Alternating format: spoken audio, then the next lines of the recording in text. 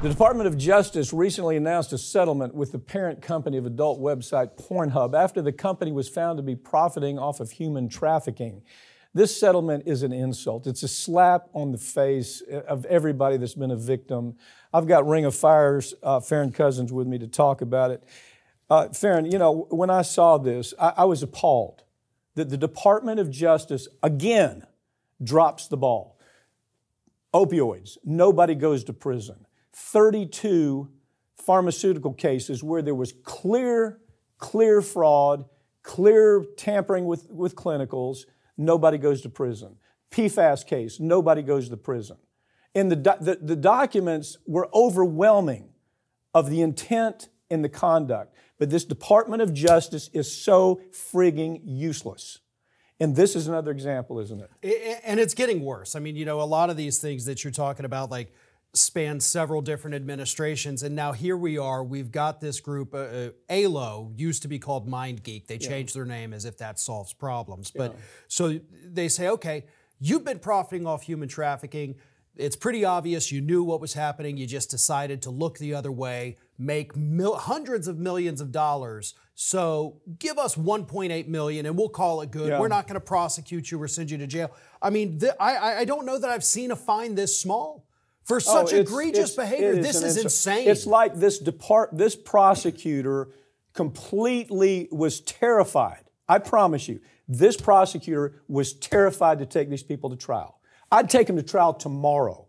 As a matter of fact, I'm taking the deposition of these folks at the end of this. Yeah, you will be taking them to trial very soon. I am taking them to trial, but I can't get them to criminal trial. Right. And they need to be criminally prosecuted.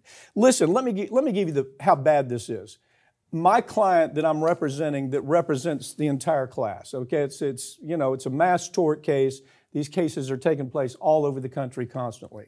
My client, 15 years old, she was trafficked by some cat out of Mobile, Alabama, big trunk dog, something such as that is what he called himself.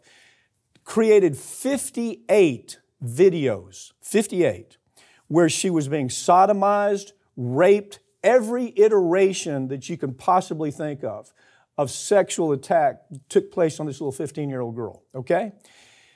These videos were sent to Pornhub. They were sent to MindGeek. The titles on them were overwhelming. I mean, a typical title for something like this that we see that now they say, oh, we've stopped doing it. How about Tiny teen is sodomized in a hotel room? Petite teen is gang banged. Or how about virgin teen is crying as she's raped? Those are the headlines that this company says, oh yeah, we're going to put that out there. They know it's all about, make it outrageous and we're going to attract more money. But in there, these kids they don't do this voluntarily.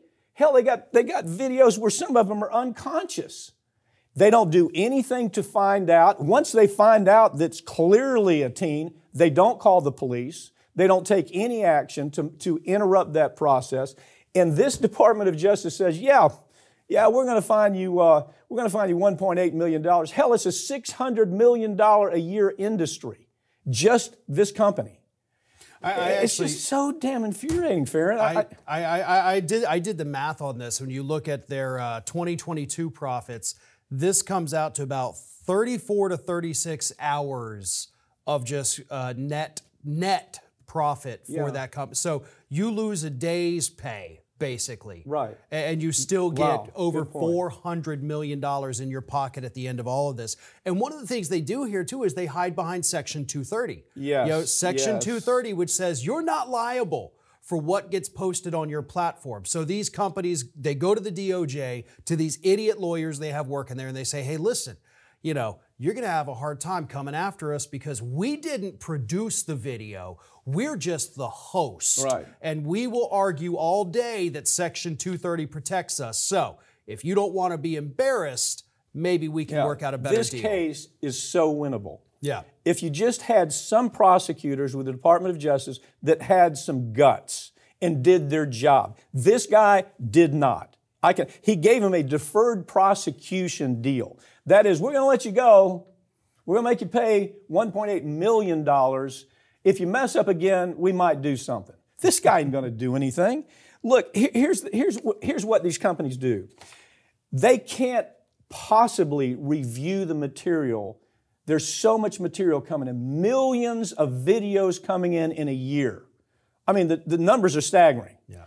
So what they do, rather than spending the money to actually have a good review process, they cut the numbers of reviewers down. Now what happens? It gives them deniability, doesn't it? They say, well, we had people doing it, they just didn't catch it. You had a fraction of what you needed that you can, there's no question. They can see the faces. They understand that, they understand what a 14-year-old looks like. And they understand really that the big gain for them is that those are the videos that make the most money. And so they keep them out there. And once they're out there, even after they take them down, if there's a video shot of this child, a 15-year-old, being raped, sodomized, it's out there. Now they say we took it down. No, hell no, you don't take it down. It's somewhere in the web. It's never going to go away. So I don't know. We're going to try to do what the Department of Justice fails to do. We do it every time. We did it on opioids. They failed. Nobody prosecuted on opioids. PFAS, killing thousands of people all over the globe. No prosecution there. We took the case. We did as much as we could we don't have the right to criminally prosecute. All we can do is take their money away from them. And I could go on dozens and dozens of cases where we have documents that are overwhelming that the pharmaceutical industry is gaming the clinicals, hiding material, destroying documents, overwhelming.